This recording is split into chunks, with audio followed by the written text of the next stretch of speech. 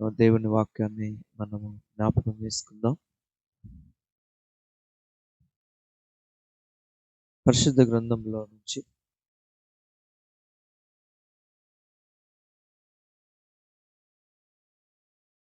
అపోస్తులుడైనటువంటి పౌలు హెబ్రీయులకు రాసినటువంటి పత్రిక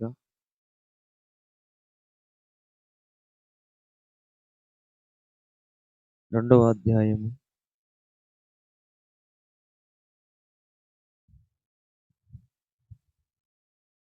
2వ అధ్యాయము మొదటి వచనం నుండి, కావున మనము వినిన సంగతులను విడిచిపెట్టి కొట్టుకొని పోకుండున్నట్లు వాటి యందు మరి విశేష జాగ్రత్త కలిగి ఉండవలెను.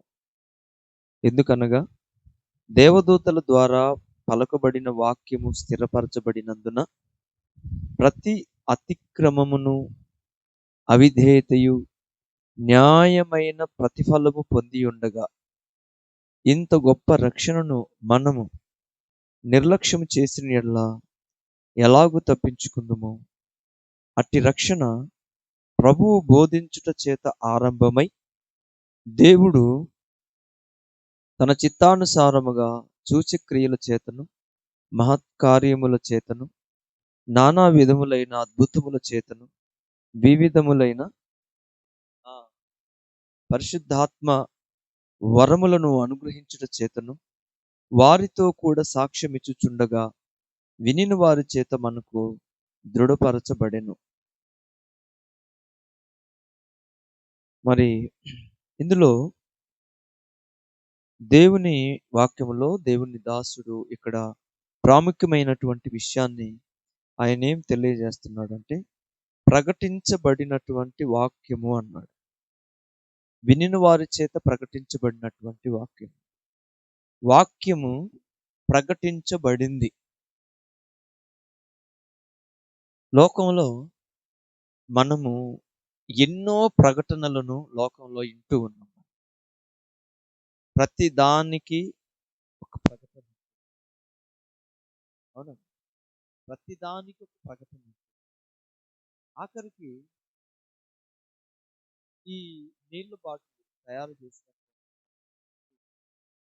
ఈ నీళ్ళ క్వాలిటీ చెప్పడానికి దాని మీద వాళ్ళు కెమికల్స్ ఎలా వాడారు అని వాళ్ళు, ఎందుకంటే ఇది తీసుకున్నటువంటి వాళ్ళు దీనిని నిజంగా ఇన్నిసార్లు మనం నీళ్లు తాగుతూ ఉంటాం మాట. ఎవరైనా దీన్ని ఈ ప్రోడక్ట్ వాడేటువంటి వాళ్ళు ఎవరైనా దీనికి వాళ్ళు వాడినటువంటి ఆ కెమికల్స్ ఏవైతే ఉన్నాయో వాటిని కరెక్ట్గా మనం ఎవరో చూసి మనం తాగం. కానీ వాడు ఏం చేస్తాడంటే ఈ గవర్నమెంట్కి ఇది అప్రూవల్ అవ్వడానికి, అంటే వాళ్ళు దీన్ని యాక్సెప్ట్ చేయడానికి ప్రజలు ఈ నీళ్లు తాగడం వల్ల వాళ్ళకు ఇది మంచి ఆరోగ్యాన్ని కలుగు చేయగలదు అని రుజువు చేయడానికి దీన్ని ఇలాగున వాళ్ళు వాడినటువంటి విధానం, దాంట్లో ఎలాగూ ఏ రీతిగా వాడారు అనేది ప్రతిదాన్ని ఏ మోతాదులో ఉందనేది వాళ్ళు తెలియజేస్తారు. ప్రతిదీ లోకంలో ఒక చిన్న వస్తువైనా పెద్ద వస్తువైనది ఖరీదైనా ఈరోజు ప్రతి దానికి ఒక ప్రకటన ఉంది. వాళ్ళు చెప్తున్నారు ఈ సబ్బు వాడండి, ఈ సబ్బు వాడండి, ఇవన్నీ ఇలాంటి ప్రకటనలు లోకమంతా వెలువడుతున్నాయి. చూసిన ప్రతి దానిని వాళ్ళే చెప్పుకుంటున్నారు. వాళ్ళు కంపెనీ వాళ్ళు వాళ్ళ వస్తువులను సమాజంలో అది ప్రజలకు ఎలా ఉపయోగపడతాయో అని చెప్పడానికి ఎన్నో ప్రయత్నాలు చేస్తారు. అలాంటిది లోకంలో ప్రజలు నిజమైనటువంటి దేవునిని సృష్టికర్తను తెలుసుకోవడానికి సువార్త ప్రకటన అవసరమా కాదా? సువార్త ప్రకటన అనేది చాలా ఇంపార్టెంట్. తెలియాలి. ఎందుకు తెలియాలంటే లోకము దేవుని కూర్చినటువంటి విషయంలో మనుషుడు సొంత నిర్ణయం ఎక్కడ తీసుకుంటాడు? తీసుకోగలడంటే దేవుని విషయంలో సొంత నిర్ణయం తీసుకో. తనకు నచ్చిన, తనకి ఇష్టమైనటువంటి దేవుణ్ణి ఒక మనిషి తన హృదయంలో ఆయనకు చోటు ఇవ్వచ్చు. నువ్వు ఈ దేవుణ్ణి నమ్ముకున్నావని చెప్పే వరకు నీ హృదయంలో ఏ దేవుని మీద నువ్వు విశ్వాసం కలిగి ఉన్నావో, ఏ దేవుని పట్ల నీకు నమ్మకం ఉన్నదనేది నువ్వు చెప్పేంత వరకు ఎవరికి తెలియదు. అది మన హృదయంలో కలిగినటువంటి విశ్వాసం. అవునా కదా? దాన్ని మన విశ్వాసాన్ని మనం వెల్లడిపరిచినప్పుడు, సమాజంలో కనబరిచినప్పుడే వాళ్ళు గ్రహించగలరు. వాళ్ళకి అర్థమవుతుంది. వీళ్ళు ఫలానా దేవుని తెలిసే వాళ్ళు తెలుస్తుంది. ఇవన్నీ లోకంలో ఈ సువార్త ప్రకటన అనేటువంటిది ఏం తెలియజేస్తుంది అంటే, దేవుడు మానవుల కొరకు గొప్ప రక్షణను సిద్ధం చేశాడు. ఆమేన్. హల్లెలూయా. దేవుడు ఏం సిద్ధపరిచినాడు? మానవులకు గొప్ప రక్షణను సిద్ధపరిచాడు. ఈ గొప్ప రక్షణ ఏంటంటే, రాబోయేటువంటి ఉగ్రతను, నిత్య నరకమును తప్పించేటువంటి రక్షణ. భూమి మీద రాబోతున్నటువంటి ఉగ్రత అంటే, ఉగ్రత అనేది ఉంది భూమి మీద. దేవుడు తన ఉగ్రతను చూపించబోయేటువంటి కాలం ఉంది. ఆ కాలం ఎప్పుడో తెలియదు. అది ఎప్పుడు ప్రారంభమవుతుందో, దేవుని కోపము ఎప్పుడు మానవుల మీదకి రాబోతుందనేది ఎవరికి తెలియదు. కానీ దేవుని ఉగ్రత అయితే మాత్రం, దేవుని కోపం అయితే మాత్రం భూమి మీదకి వస్తుంది. అందుకని ఈ యొక్క ఉగ్రత, దేవుని ఉగ్రత భూమి మీదకి వస్తుంది. రెండోది ఏంటంటే, ఈ ఉగ్రత ద్వారా మానవుడు శిక్షించబడమే కాకుండా తీర్పులోనికి వెళ్ళి నిత్య నరకంలోనికి వెళ్తాడు. అందుకని దేవుడు ఏం చేశాడంటే, ఇది తప్పించడానికి దేవుడు గొప్ప రక్షణ. అందుకని యేసుప్రభు నేడు దావీదు పట్టణమందు లోక రక్షకుడు ఉన్నాడు. అంటే లోకాన్ని రక్షించడానికి రక్షకుడు లోకానికి వచ్చాడు. ఆయన పుట్టాడు ఈ లోకానికి. ఆయన వచ్చింది దేనికి? నశించిన దానిని వెతకి రక్షించడానికి. ఎవరు నశించిపోతున్నారు అంటే మానవులు పోతున్నారు. మనం వీళ్ళు ఏమనుకుంటున్నారంటే, మేము చాలా బాగున్నాం అనుకున్నాం. నాశనం నశించిపోతున్నారు అన్నటువంటి ఏంటి అంటే, పాపము వలన మనిషి తన జీవితాన్ని పూర్తిగా ఎలా మార్చేసుకున్నాడు అంటే, దేవుని ఉగ్రతకు, నిత్య నరకానికి నాశనము మానవులకు సాతాను అలాగున అపవాది వాళ్ళందరినీ సిద్ధపరిచేసి మానవులందరినీ దేవునికి దూరం చేయడమే కాకుండా ఆ యొక్క నాశనం అయిపోయేటువంటి పరిస్థితుల్లోకి నశించిన దానిని వెతకి రక్షించడానికి ఈ లోకంలో దేవుడు తన కుమారుణ్ణి, మనిషి కుమారుణ్ణి లేక పాపులు యేసు లోకమునకు వచ్చాడు. అంటే పాపులైనటువంటి మనుషులు నశించిపోతున్నారు. పాపములో ఉన్న మనిషి నశించిపోతున్నారు. ఆది ఒక మనిషి ఎలాగైతే అతని శరీరం నశించిపోయి భయంకరమైన వ్యాధి చేత శరీరం ఎలాగైతే కృషించిపోతుందో, అది నాశనం అయిపోతుందో, అలాగే ఈ పాపం మనుషుల యొక్క హృదయంలోనికి ప్రవేశించి మనిషిని కూడా అదే రీతిగా, అంటే పాపం మనుషులను చెరపట్టి కృషించిపోయేట, అంటే వారి యొక్క ఆత్మ, దేవుడిచ్చినటువంటి ఆత్మ ఉత్సాహంగా, ఆనందంగా ఈ భూమి మీద సంతోషముతో మంచి మార్గములో నడవాల్సినటువంటి వ్యక్తి ఈరోజు ఎలా ఉన్నాడు? మానవుడు భూమి మీద మనిషి ఈరోజు ఎలా ఉన్నాడు అంటే, హృదయంలో ఆనందం లేదు. మనుషులు ఏ ఆనందం లేదు? దేవుని పట్ల ఆనందం లేదు. మనుషులు సంతోషిస్తున్నారు. ఏటిని బట్టి సంతోషిస్తున్నారు? కలిగిన వాటిని బట్టి సంతోషిస్తున్నారు.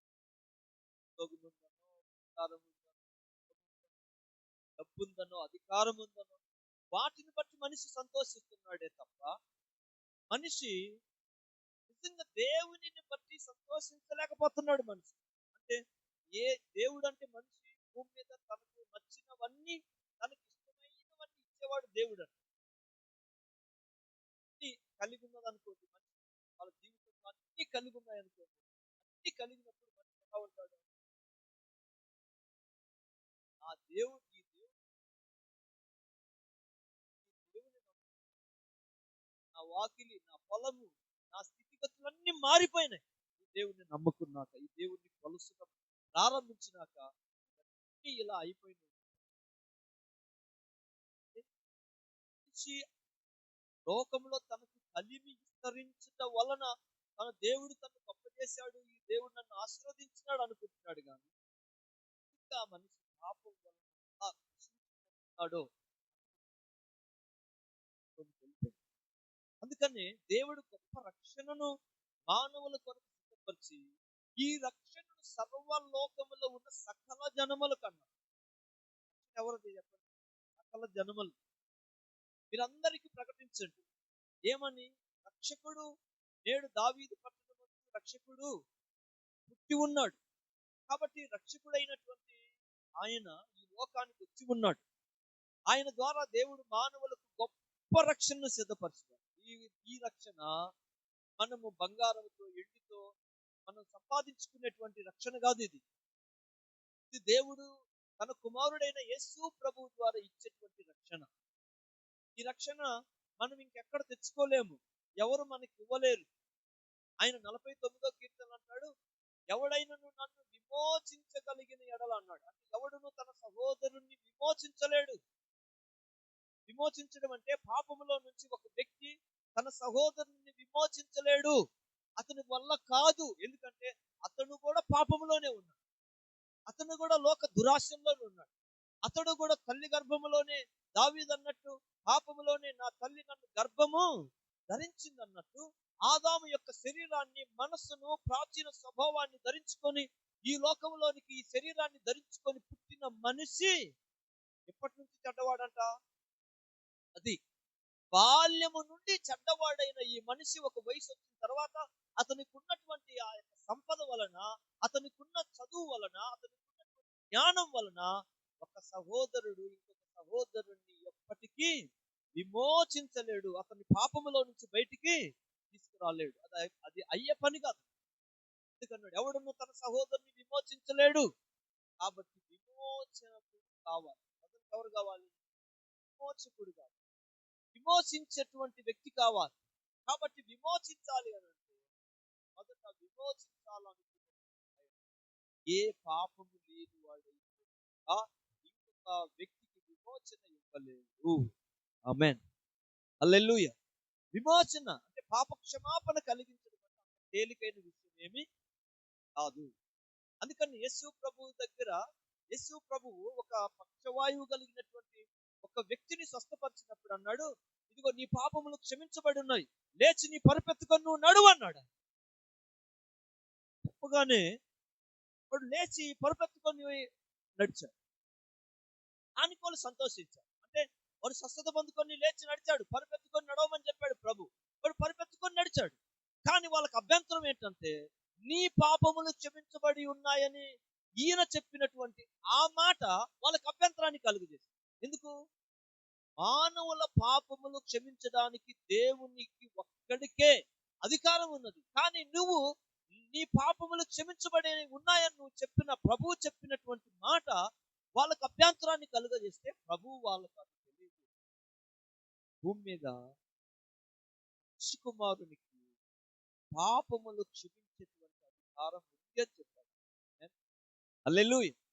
ఒక్క ప్రభువు మాత్రమే, యేసు ప్రభువు మాత్రమే మానవుల పాపములలో నుంచి వారిని విమోచించడానికి ఆయనకు శక్తి ఉన్నది.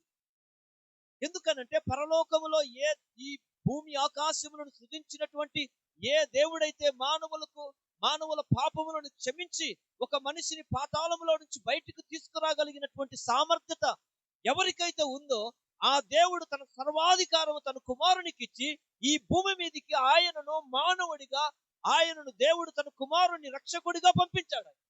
హల్లెలూయా. ఆయన రక్షకుడిగా పంపించాడు. అంటే ఈ అధికారం ఎవరిచ్చారు? ప్రభు చెప్పాడు, పరలోకమందున్న నా తండ్రి నాకు ఈ అధికారం ఇచ్చి ఉన్నాడు అని చెప్పాడు యేసు. అంటే ఒక మనిషిని వాని పాపములో నుంచి వానిని విడిపించగలిగినటువంటి శక్తి, అది దేవునికున్న శక్తి. ఆ శక్తి యేసు ప్రభు కలిగి ఈ భూలోకానికి నరుడిగా పుట్టి ఆయన కన్య మరియ గర్భాన ఈ లోకంలోనికి వచ్చిన తర్వాత యేసు ప్రభు చేసిన పని ఏంటంటే మానవులకు విమోచన కలుగజేయడానికి మన పాపములను ఆయన మ్రాను మీద మోసుకొని పోయాడు. హల్లెలూయా. మన పాపములను మోసుకొని పోయినాడు. అంటే మనం పాపాన్ని మనము చేస్తే ఆ పాపమును మనము మోయలేనటువంటి పాపమైతే ఆ పాపమును ఆయన మోసుకుంటాడు. మన పాపమును ఆయన తన వీపు మీద మోసుకొని వెళ్ళిపోయాడు. ఆయన చేను దున్నబడినట్లు ఆయన ఈపు దున్నబడిందని దైవజనుడు పాట రాసి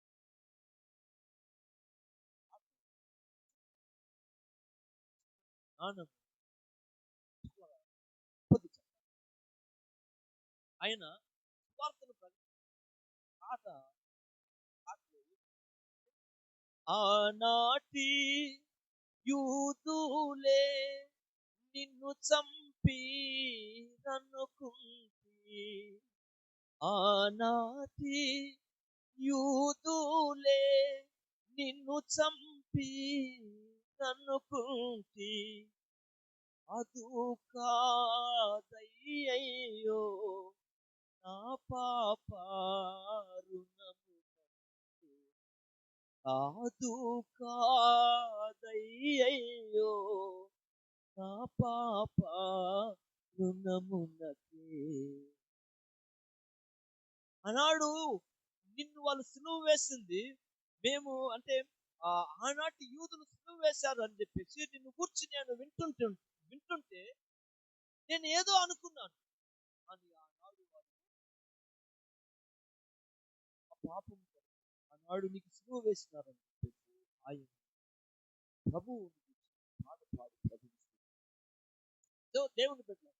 కాబట్టి ఈ ఈ గొప్ప రక్షణను దేవుడు మానవులకు అనుగ్రహించారు. ఇప్పుడు సువార్తను ప్రకటించండి, మీరు ప్రకటించండి, వెళ్ళి సువార్తను ప్రకటించాలి. నేను ముగించే ముందు మీకు ఒక మాట చెప్తాను. ఇక్కడ మీరు బాగా గుర్తుపెట్టుకోవాలి ఏంటంటే మానవులకు విమోచన క్రయధనము కావాలి. ఏ క్రయధనము కావాలి? విమోచన క్రయధనము కావాలి. తన పాపముల చేత బంధించబడ్డాడు. పాపములు మానవులను చెరపట్టినాయి. మానవులు చెరలో ఉన్నారు. అందుకే బైబిల్ చెప్తుంది చెరలో ఉన్న వారికి విడుదల కావాలని చెప్పి ఆయన మరి యోహాను వచ్చి చెరలో ఉన్న వారికి విడుదలను ప్రకటించమని చెప్పి యోహానును పంపించినప్పుడు దేవుని వాక్యంలో రాయడం. సో మానవులు చెరలో ఉన్నారు. చెర అంటే ఏంటి? ఒక వ్యక్తిని బలవంతంగా బంధించబడి తీసుకొని వెళ్ళి బంధించడం. చెరసాల వేరు, చెర వేరు. చెరసాల ఒక వ్యక్తి తప్పు చేసిన వ్యక్తిని తీసుకొని వెళ్ళి బంధించేది చెరసాల. కానీ చెర ఒక వ్యక్తిని బలవంతంగా వానిని లొంగ తీసుకొని ఓడించి వానిని తీసుకొని వెళ్ళి బంధించేది బానిసగా మార్చుకో. కాబట్టి సాతాను ఏం చేసింది? పాపం అనేటువంటి ఆ యొక్క శక్తిని పంపించి ఈ పాపము చేత మనుషులను చెరపట్టి ఆ పాపము వలన వాళ్ళను బంధించి సాతాను తన రాజ్యాన్ని పూర్తి. అందుకే యేసు ప్రభుతో మాట్లాడినప్పుడు సాతాను అన్నాడు, యేసు ప్రభుని ఒక పర్వతం మీదకి తీసుకొని వెళ్ళి ఈ లోక రాజ్యములన్నిటిని చూపించి ఏమన్నది యేసు ప్రభు? ఏం చెప్పింది? నీవు నాకు మొక్కితే ఈ లోక రాజ్యములన్నీ నాకు ఇవ్వబడి ఉన్నాయి. చెప్పండి, నాకు ఇవ్వబడి ఉన్నాయి. నీవు గాని నాకు మొక్కితే ఈ రాజ్యముల మహిమ నీకు ఇస్తాను. నువ్వు నాకు మొక్కితే ఈ రాజ్యముల యొక్క మహిమ నీకు ఇస్తానని చెప్పి సాతాను యేసు ప్రభుతో మాట్లాడు. అంటే ఈ సాతాను ఏం చేసింది? లోకమంతటిని చెరపట్టి తన స్వాధీనం చేసుకొని సాతాను మానవులను ఏలుతున్నాడు. అందుకని సాతాను యొక్క రాజ్యము, ఏ రాజ్యం అది? సాతాను యొక్క రాజ్యం. అందుకే దైవజనుడైన పౌలు కొలస్సీయులకు రాసిన పత్రిక 1వ అధ్యాయంలో ఆయన చెప్తున్నాడు, అంధకార సంబంధముకు అధికారములో నుంచి విడిపించి తాను ప్రేమించిన తన కుమారుని యొక్క లేక తన ప్రియమైన కుమారుడైన యేసు క్రీస్తు యొక్క రాజ్య నివాసులుగా చేసిన. హల్లెలూయా. విడిపించాడు. అంధకార సంబంధమైనటువంటి అంధకారము ఈ లోకాన్ని కమ్మింది. సాతాను ఆ యొక్క పాపం అనేటువంటి చీకటి లోకములోనికి పంపించింది. అందుకని మీరు చీకటిలో ఉన్నారన్నాడు. ఎక్కడుంది లోకము? చీకట్లో ఉంది. కాబట్టి ఇప్పుడు చీకటిలో ఉన్న మనసుని ఎక్కడ తీయాలి? ఇప్పుడు వెలుగులోకి తీసుకురావాలి. దేవుడు ఒక రాజ్యాన్ని స్థాపించాడు. ఆ రాజ్యమే దేవుని రాజ్యం. ఆమేన్. హల్లెలూయా. చెప్పండి, ఏ రాజ్యం అది? అది దేవుని రాజ్యం. అందుకే ప్రభు సువార్తను ప్రకటించన్నాడు, దేవుని రాజ్యము సమీపించింది, మారు మనసు పొంది సువార్తను నమ్మమని చెప్పాడు. కాబట్టి దేవుడు రాజ్యమును స్థాపించాడు. ఎందుకు అనంటే, సాతాను యొక్క రాజ్యములో ఎవరైతే బంధించబడి దాని చేత చీకటిలో బ్రతుకుతూ ఉన్నారో, నెమ్మది లేక సమాధానము లేక, ఎవరైతే పాపము చేత కొట్టబడుతూ ఈ లోకములో జీవితానికి అర్థము లేకుండా బ్రతుకుతున్నటువంటి ఈ మానవులను విడిపించడానికి దేవుడు రాజ్యమును స్థాపించి చీకటిలో ఉన్నటువంటి ప్రజలకు వెలుగు ప్రసరించబోతున్నదని ప్రకటించను. హల్లెలూయా. ఏమి ప్రసరించబోతున్నది? చూడండి, ఎఫెసీయులకు రాసిన మీరు దైవజనుడైనటువంటి పౌలు ఇక్కడ ఒక మాటను తెలియజేస్తుంది.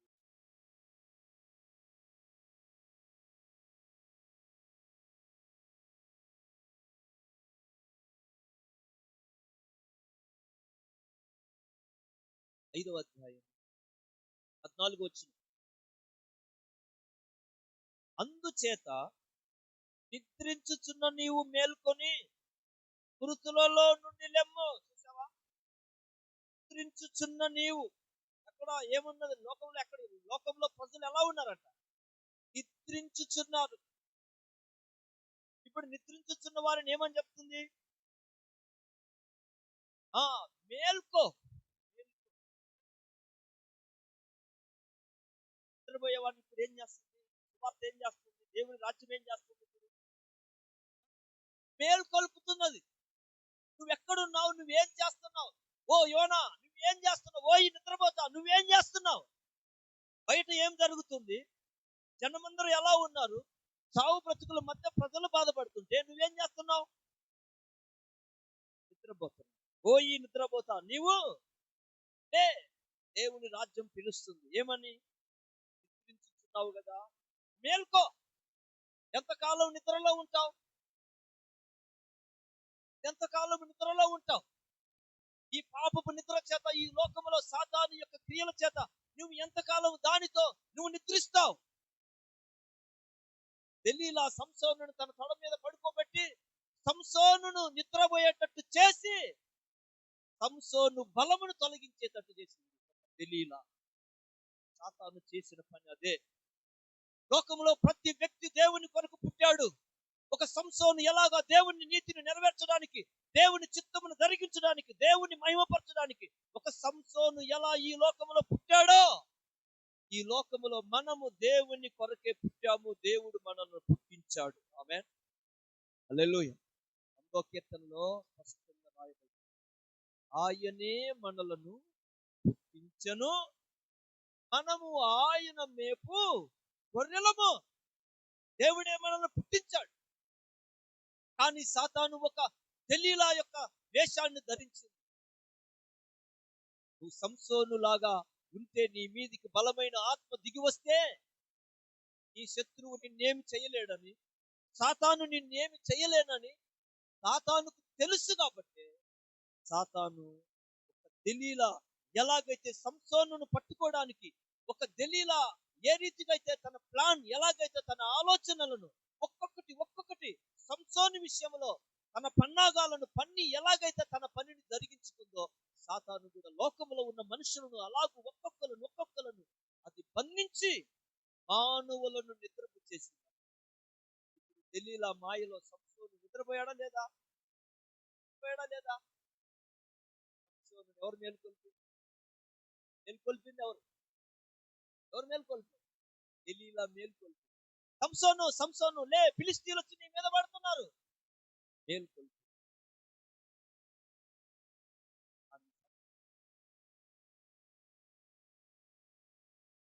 ఏముంది సంసోను దగ్గర? మానవులను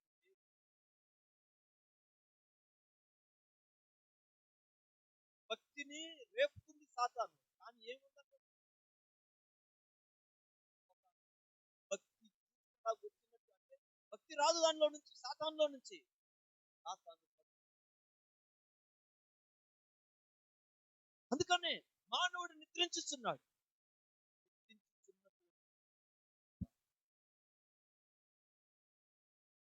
టైంలో మనుషులు నిద్రించుచుండగా ఏం చేసిందంటే అపవాది వచ్చి గురుగులను, అప్పుడు గోధుమలతో గురుగులు కూడా ఏం చేస్తున్నాయి వినాలి మా ఇటువైపు చూడు, గురుగులు కూడా ఏం చేస్తున్నాయి, గురుగులు కూడా కలిసి సమయం పట్టి సమయంలోనే వాటి రూపాన్ని వెంటనే వాళ్ళు అయ్యా నీవు నీ పొలములో, పొలం అంటే ఏంటి, అది పొలం అంటే లోకము, నీవు పొలమనే లోకములో నువ్వు మంచి విత్తనము, గోధుమ గింజ అంటే ఏంటంట మంచి విత్తనము కదా, నువ్వు మంచి విత్తనాన్ని ఇచ్చావు.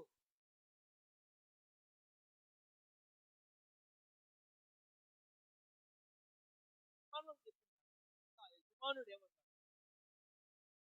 చేసిన పని, ఎవరు శత్రువు, మనందరికి అపవాది. కానీ ఎవరిని శత్రువు చేసుకుంటే, ఎవరిని మిత్రులు చేసుకుంటే, మేలు చేసే దేవుణ్ణి, రక్షణిచ్చిన ప్రభువుని, ఈ భూమి ఆకాశములను కాపాడుతున్న ప్రభువుని, ఈ భూమి మీద సమస్తమును దయచేయుచున్నటువంటి ప్రభువునేమో శత్రువుగా చేసుకోవటానికి నాశనము చేసి భూలోకమును పాడు చేసి దీనిని అగ్ని కొరకు సిద్ధపరుస్తున్నటువంటి సాతాను లోకమునంతా పాపముతో బంధించి, చెడు వ్యసనములతో బంధించి, చూడరాని కార్యములను చూచేటట్లు, చెయ్యరాని కార్యములను చేసేటట్లు మానవ హృదయములంతటిని చెడుతో నింపిన సాతానేమో లోకానికి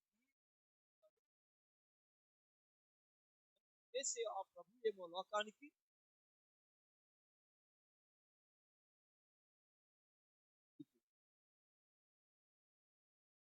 మునుపు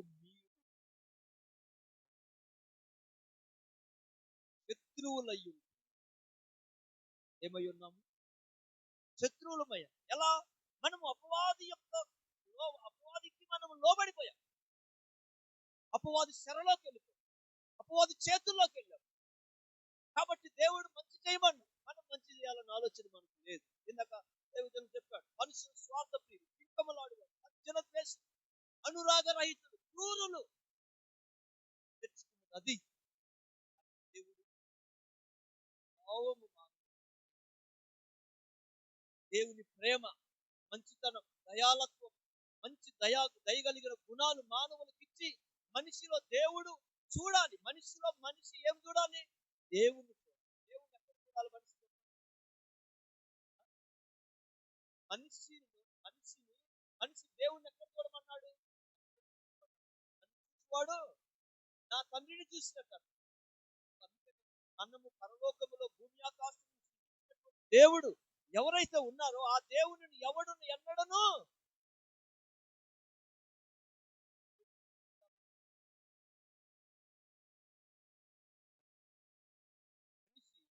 దేవుణ్ణి ఎక్కడ చూడాలి? చూడాలి. నీ పొరుగువాడిని నువ్వు ప్రేమించుతున్న నీ ప్రేమ, నీ పొరుగువాడు నీలో దేవుణ్ణి చూస్తాడు. ఆ ప్రేమ దేవునిది, చేసిన మంచి కార్యము దేవునిది. ఈ క్రియ నీలో ఉంచిన దేవుడు ఆ రూపము ద్వారా ఉన్నాడు. దేవుడు లోకమునకు ప్రేమయుడు, దేవుడు లోకాన్ని దేవుడిగా. కాబట్టి లోకం ఏం దేవునికి దూరమైంది, లోకం చేతుల్లోకి. కాబట్టి దేవుడు ఏం చేశాడు? గొప్ప రక్షణను లోకానికి ఇవ్వాలని. ఆమేన్, హల్లెలూయా. మరి ఇప్పుడు ఎవరు చేయాలి? దేవుడే చేయాలి ఈ పని. మనుషులు చేస్తే ఏ పనైనా ఆ కార్యం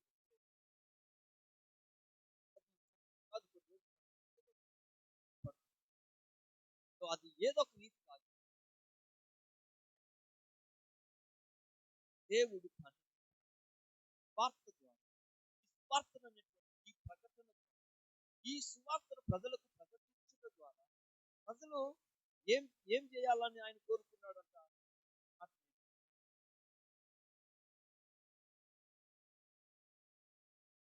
ఏముంది అన్నట్లో ఆయన మొదటి రక్షణ ప్రభు బోధించుట చేత ఆరంభమయ్యారు.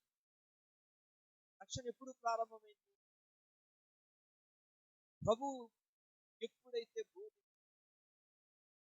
ఆ రోజే పుట్టినప్పుడు రక్షకుడు పుట్టాడు. ఆ రక్షకుడు ఎప్పుడు వాక్కు, యెహోవా వాక్కు, దేవుని వాక్కు. ఆయన ఎవరు? దేవుని యొక్క వాక్కు. ఆ వాక్కు ఏ రోజైతే ప్రారంభం, ఆ రోజు మానవుల ప్రారంభం. యేసు ప్రభు బోధించిన నాట నుండి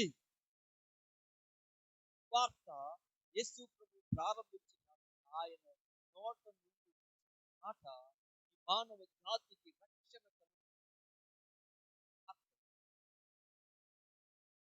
ఆయన ప్రకటించినటువంటి ఆయన మానవుల కొరకు చెప్పినటువంటి బోధలు ప్రపంచంలో ఇంతవరకు ఏ ఒక్క వ్యక్తి చెప్పనటువంటి బోధ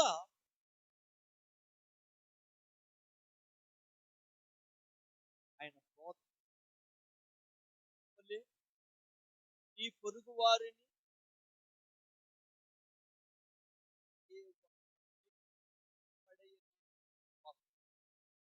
ప్రపంచ దేశాల్లో ఏ ఒక్క దేశమైనా సరే నీ పొరుగు వారిని నువ్వు ప్రేమించిన రోజునే నీ పొరుగు వాడు అవునా? నీ పొరుగు వాడిని నువ్వు ద్వేషించిన రోజు, నీ పొరుగు వాడిని నువ్వు ఆశించిన రోజు, నీ పొరుగు వానికి నీవు నష్టము తలపెట్టాలన్న నీ నీ ఆలోచన ఉన్నంత కాలం నీ పొరుగువాడు నీ వలన బాగుపడలేడు. కానీ నీ పొరుగువాడు బాగుపడాలి.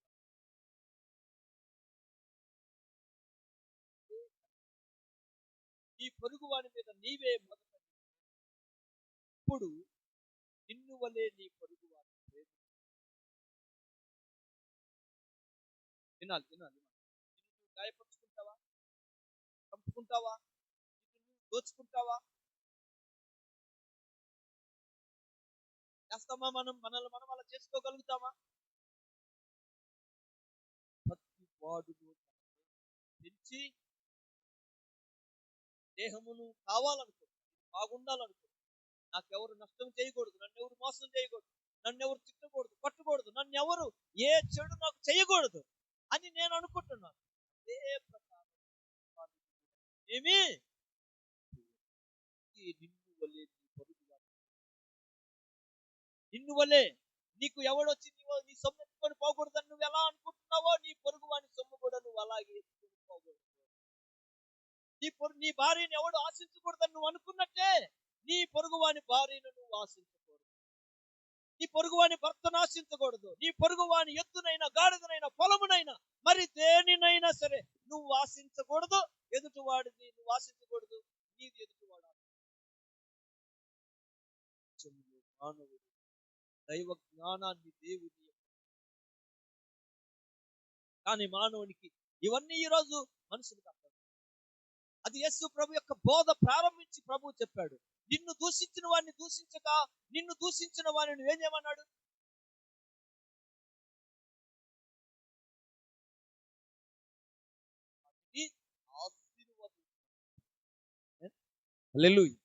ఆశీర్వదించు.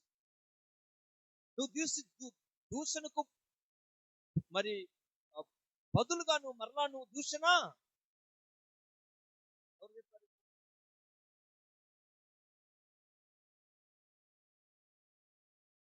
ఆయన బోధించినప్పుడు ఆరంభం. ఆయన బోధ రక్షణ, ఆయన బోధ మానవులకు గొప్ప రక్షణ. ఈ గొప్ప రక్షణ ఒక బోధతోనే కాకుండా హల్లెలూయా. తన చేతిలో రోగాలు లయమైపోయెను, చేతిలో దెయ్యాలు బిల్లబిల్లలాడి వెళ్ళిపోయినాయి.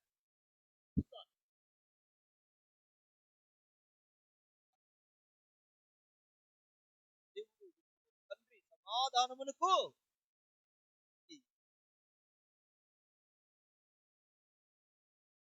అలాంటి శక్తి ప్రభువులో ఆయన అంత అద్భుతాలు చేశాడు. ఆయన వస్తుంటే దెయ్యాలు పరిగెత్తడము, రోగులు ఆయనను పిలిచి ఆయన అడిగి ఆయన దగ్గర నుంచి స్వస్థతలు చేశాడు. ఇవన్నీ మానవులకు దేవుడు గొప్ప వెలుగును పంపిస్తాడు. అందుకని నిద్రించుచున్న నీవు మేల్కొని మృతులలో నుండి లెమ్ము. 63 కీర్తన అధ్యాయం యెషయా ప్రవక్త ఏం చెప్పాడు? లెమ్ము, తేజరిల్లుము, యెహోవా మహిమ నీ మీదికి భూరాజులు నీ వెలుగు దగ్గరికి వస్తారు. దెబోరా మేలుకో. దెబోరా పిలిచాడా లేదా? దెబోరా మేలుకో, నువ్వు చెయ్యాలి, మేలుకో, కాలం నిద్రిస్తున్నా,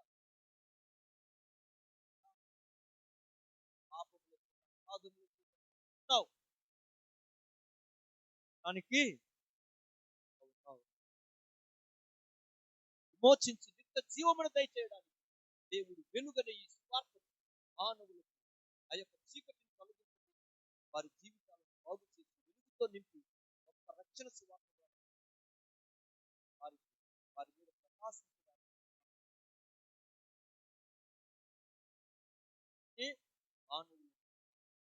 మానవులను మంతులుగా, మానవులను పరిశుద్ధులుగా, మానవులుగా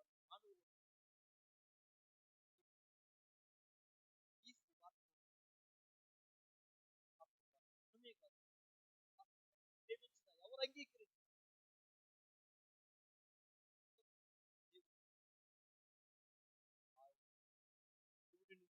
మన రక్షకుడే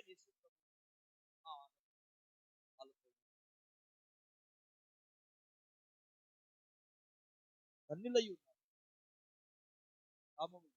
అనేకులు ప్రార్థన ఆచరణ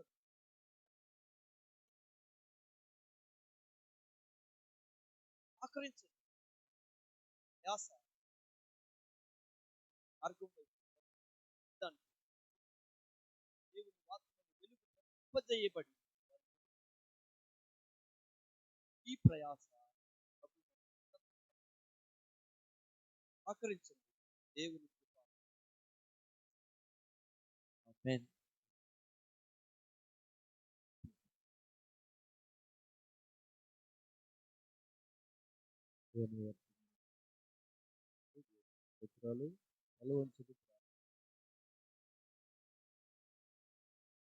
నీతి సూర్యుడా చాలేము రాజా,